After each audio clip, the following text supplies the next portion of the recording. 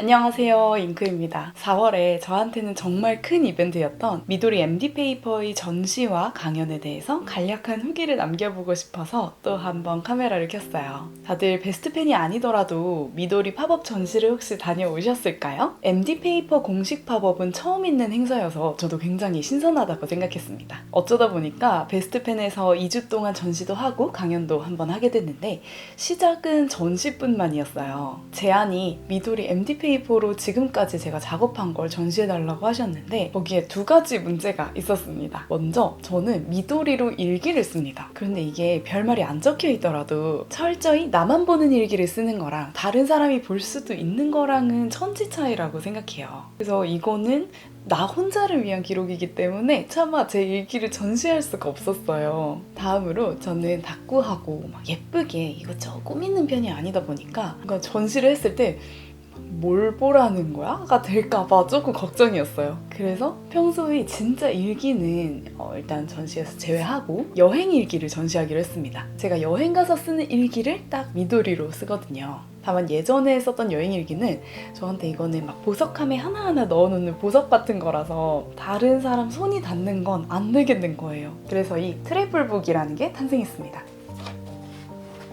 제가 왜 여행지에 가서 또 돌아와서 일기 형식으로 여행을 간직하는지를 설명하고 제 실제 일기를 마치 스캔하는 것처럼 사진으로 묻혀놨어요. 그래서 실제로 제가 어떤 식으로 기록하는지를 보여주는 책이었습니다. 생각보다 이거 반응이 좋았어요. 다음으로는 전시를 못하는 일기 대신에 어떤 걸 보여드리면 좋을까 하다가 다양한 잉크의 색감을 미도리 MD 페이퍼에서 보여드리면 어떨까 했습니다. 제가 갖고 있는 잉크 개수를 정확히 세본 적은 없는데 이 미도리 한 권이 176페이지예요. 그러면 오른쪽 면에 발색을 했을 때 한 권당 한 90가지 정도의 잉크를 담을 수 있습니다. 일단 파랑이랑 초록은 제가 그 정도 있을 것 같았어요. 이렇게 블루북이랑 그린북을 만들고 나머지는 조금씩 합쳐서 노랑, 빨강, 브라운을 아우르는 브라운북 한 권이랑 분홍, 보라를 합친 핑크북 이렇게 4권을 만들었습니다. 그런데 이렇게 하고서도 담지 못한 잉크들이 상당히 많더라고요. 특히 되게 연한 잉크나 회색, 검은색 잉크들은 아예 그냥 여기에 없는 거거든요. 그럼 제 잉크 최소 500개? 참고로 이렇게 잉크 스와치북을 만드는 데는 정말 시간이 많이 걸리더라고요. 한 장 한 장 카드로 되어 있는 잉크 차트는 유리펜 씻어가면서 그래도 얼른 만들 수가 있는데 이거는 한 장이 다 마르는 거를 확인하고 다음 발색을 해야 돼서 거의 3, 4주 동안 계속 퇴근하고 매일매일 만들었어요. 하나 발색하고 사이사이에 막 집안일하고 다른 볼일 정리하다가 틈틈이 말랐는지 확인하고 그래서 되게 컴팩트한 네거드로 보이지만 아주 정성이 담겼다는 점 어필 한번 드립니다. 원래는 전 물을 좀 타서 살짝 그 크로마토그래피 색상의 변주를 보여주는 방식을 좀 선호를 하는데요. 이번에는 물까지 바르면 건조 시간이 너무 늘어날 것 같아서 여기서는 화이트 스탬프를 활용을 했어요. 이런 유성으로 된 흰색 스탬프 패드로 스탬프를 먼저 찍고 그 위에 잉크를 발라주면 이렇게 스탬프 모양이 떠오르는 이런 발색을 만들 수가 있습니다. 저는 스테이지온 오파크 잉크가 되게 빨리 말라서 이걸 사용했어요. 그리고 발색 중간중간 붙여줄 스티커를 사려고 다이소에 들렀는데 딱 이렇게 미니 봉투 세트가 있는 걸 봐버렸어요. 제가 보여드릴 색감이 다 들어있어서 각 노트 앞장에 이걸 붙여줘야겠다 생각했어요. 그래서 실제로 이것들을 붙이고 앞에 색깔 이름도 써줬어요. 각 색상의 딱 대표적인 잉크들도 골랐는데 바로 로버트 호스터 스쿨블루, 고베잉크 미나토가와 라임, 페리스 힐프레스 핑크 이레이저, 로버트 호스터 테라코타였어요. 참고로 이때 제가 몽블랑 커브드 닙에 완전 빠져서 표지 제목들을 다 이걸로 썼습니다. 되게 시원시원하게 나와서 예쁘죠? 전시장에서 마음에 드시는 잉크에 투표를 해달라고 스티커를 좀 구비를 해놓기도 했어요. 저 스티커 진짜 많이 준비했거든요? 근데 제 생각만큼은 많이 붙여주시진 않았더라고요. 그리고 예쁜 색도 몰표가 나올 줄 알았는데 골고루 붙었어요. 반응 좋았던 색들을 조금 보여드리겠습니다. 먼저 핑크북부터 볼게요. 2개 이상 투표된 색깔들입니다. 너무 귀여운 게 다들 이 잉크랑 비슷한 색깔로 스티커를 붙여놓으셨어요. 하치문지아 잉크 쿠보자쿠라 블룸핑크, 제이어빈 부케당탕, 페리스 힐프레스 원더랜드 인 코랄, 그라폰 파버 카스텔 요자쿠라, 라반 아프로디테. 다음으로 그린북입니다. 이거는 3표 이상을 보여드릴게요. 빈타잉크 블루 플로스, 디아민 아몬드 트리, 분구박스 쯔유이카리, 고베잉크 미나토가와 라임입니다. 블루북도 3표 이상이 많이 있었어요. 역시 초록파랑이 제가 수가 많아서 좀 엄선한 것도 있고 기본적으로 선호도가 높은 색상인 것 같습니다. 몽블랑 마일스 데이비스, 켜노오토 히소쿠. 이렇게 하트 그리신 거는 한 표 추가로 하신 거 맞으시겠죠? 앙코라 3월 잉크, 그라폰 파버카스텔 걸프 블루, 프라이빗 리저브 잉크 DC 슈퍼쇼 블루, 그리고 비즌 파도. 마지막 브라운북에서 2표 이상이었던 건 디아민 남산 벚꽃, 모나미 햇빛 말린 솔방울이었습니다. 그리고 나서 이번에 새로 나온 신제품 A7 사이즈 노트를 먼저 써봐달라고 샘플을 하나 받았었어요. 미도리 모눈 버전은 처음이었는데 생각보다 모눈의 존재감이 크더라고요. 노트가 작아지니까 이 모눈이 원고지 같은 느낌이 좀 있길래 여기에 미니 필사를 한번 해보자 해서 전시를 하는 4월에 어울리는 단편 소설 3작품을 필사했습니다. 특히나 모파상은 한 문장 한 문장이 되게 찌르는 느낌이 있어서 필사가 굉장히 즐거웠어요. 맨 마지막에는 이 3작품을 선택하고 배치한 이유? 저희 감상을 적어놨는데 이것까지 보신 분들이 계실지 모르겠네요. 마지막으로 펜쇼에서 제 그 구상 노트를 보신 분들은 아실 수도 있어요. 저는 뭘 해도 제로 베이스에서 생각을 전개할 때는 손으로 스케치를 해야 합니다. 이번에도 막연히 전시를 한다면 어떻게 해야 될까? 여행 일기를 어떻게 보여줘야 될까? 잉크는 어떻게 해야 될까? 그냥 늘어놓으면 될까? 정립되지 않은 상태의 생각 덩어리들이 머릿속에서 돌아다니다가 어느 날 저녁에 갑자기 게시가 왔어요.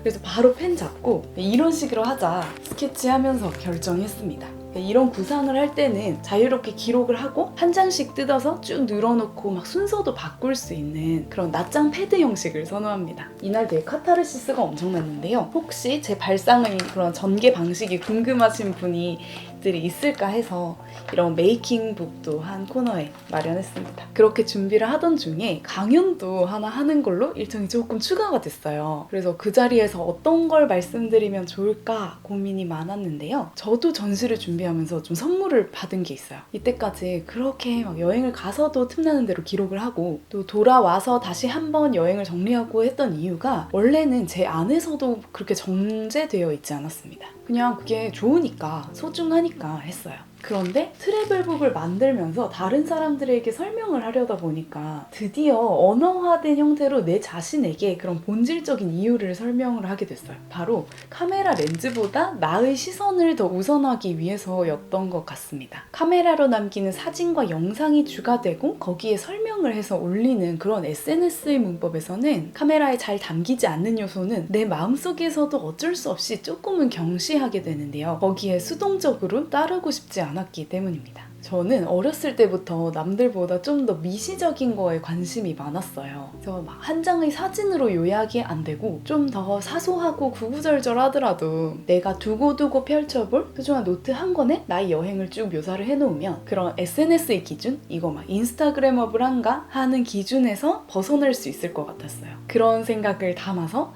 제가 미도리 노트를 어떻게 쓰는지 일기와 특히나 영상에서 지금까지 자세하게 말하지 않았던 여행 일기에 대한 관점을 공유하는 강연을 준비했습니다. 강연 날에 엄청 야심차게 연습해가긴 했는데 잉크 페르소나로 처음 공식적인 이야기를 하는 거다 보니까 너무 무서웠어요.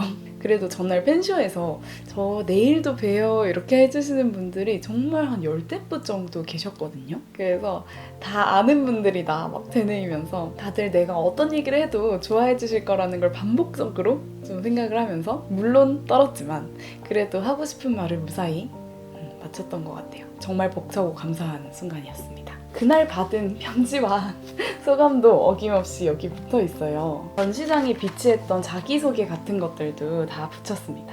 그리고 이거는 베스트 펜 스탬프 잘 지켜서 기분 좋아요. 이거는 나머지 사용하지 않은 봉투들이고요. 핑크북에 완전 찰떡인 색깔이 없길래 보라색을 칠해볼까 해서 칠했더니 너무 끔찍해서 말았습니다. 이거는 강연 날 혹시 까먹을까봐 A4 패드에 준비해간 커닝 페이퍼고요. 또 강연날 받은 디자인필 식구들이 사인도 있습니다. 그리고 강연을 보신 분들께 간식이랑 꽃이랑 편지 이런 것들도 엄청 받았어요. 꽃 선물은 정말 상상도 못했던 부분이라서 정말 설렜어요. 너무너무 감사드리고요. 그리고 이번에는 자작 잉크를 선물해주신 분이 2분이나 계셨어요. 짜잔! 짜잔. 둘 다 색감 센스가 장난이 아니신데요? 정말 아름답습니다. 또 포인트 오브 뷰 이거 A7 사과 한정 노트 이거 저도 진짜 사려고 했다가 전시 준비하느라 뭔가 정신이 없어서 타이밍을 놓쳤거든요. 근데 이거를 거짓말처럼 선물로 주셔서 정말 소름 돋았어요. 갖고 싶은 걸 딱 받는 게 이 느낌이구나 완전히 알게 됐습니다. 감사합니다. 또 잉크 아카이빙북이랑 기념 잉크 두 종도 너무 예쁘네요. 저는 이 아틀란티스 펄잉크가 정말 오묘한 것 같습니다. 근데 여기 학생 잉크님이 제가 히노키향 좋아한다고 해서 편백나무 스프레이를 선물로 가져오셨거든요. 물론 1일 이칙칙하고 있지만 특히나 학생 잉크님들은 선물 금지입니다. 저는 제일 좋은 게 손글씨 카드, 다양한 편지지랑 글씨, 잉크 이런 거 구경하는 게 제일 재밌어요. 저는 학생 때 정말 갖고 싶은 거는 한가득인데 내 재화가 그에 따라가지 못해서 정말 괴로웠거든요. 물론 그럼에도 불구하고 선물을 주시는 거니까 얼마나 이게 더 귀한지 더 와닿기는 해요. 그치만 감사함보다 제가 죄송함이 더 큽니다. 제 맘 아시죠? 이건 정말 잘 쓸게요. 그리고 이제 2주간의 전시가 끝나고 이 전시품들을 돌려받으면서 대망의 방명록도 드디어 읽어볼 수 있게 됐습니다. 정말 귀여웠던 포인트는 잉크 표시용 스티커를 여기에 살짝 붙이신 분들, 특히 스티커 2개를 붙여서 하트를 만들어주신 분들이랑 직접 그린 그림이나 글씨도 너무 좋았고요. 우표도 직접 붙여주신 분이 계셨어요. 이분은 만년필을 사용을 하시면서 진짜 아날로그 편지를 많이 쓰신다고 하셨는데 말씀도 굉장히 인상적이었던 게 스스로가 보는 기록만의 기쁨이 있듯이 수신자가 정해진 기록은 또 다른 설레임이 있다고 말씀을 해주셨어요. 이 말을 듣는 즉시 소중한 사람에게 편지 한 통 쓰고 싶어지는 말씀이었습니다. 전시 마지막 날이라 다시 오셨다는 분들도 계시고요. 귀여워.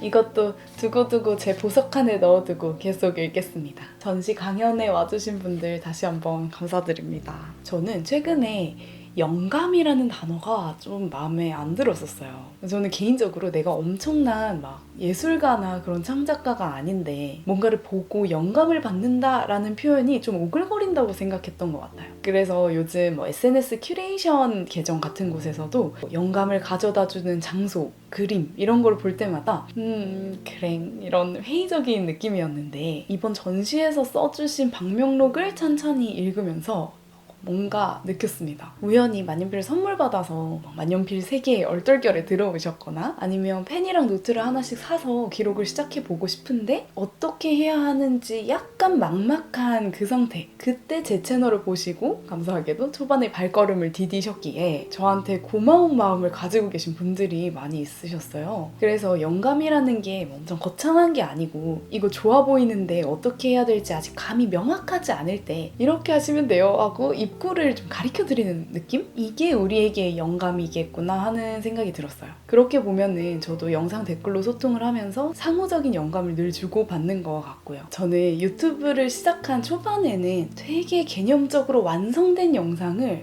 굉장히 순서대로 올리고 싶은 그런 욕심이 있었거든요. 그래서 막 초반 영상을 보면 홀수 짝수 영상의 규칙성도 있고 그렇습니다. 근데 어느 순간부터 그런 것보다도 늘 시청자의 곁에 있는 게 약간 한결같은 게 더 중요하다는 마음으로 바뀌었어요. 그래서 앞으로도 늘 곁에 있는 채널이 되겠습니다. 이번 4월뿐만 아니라 늘 제 곁에 있어주셔서 감사합니다. 좋은 밤 되세요.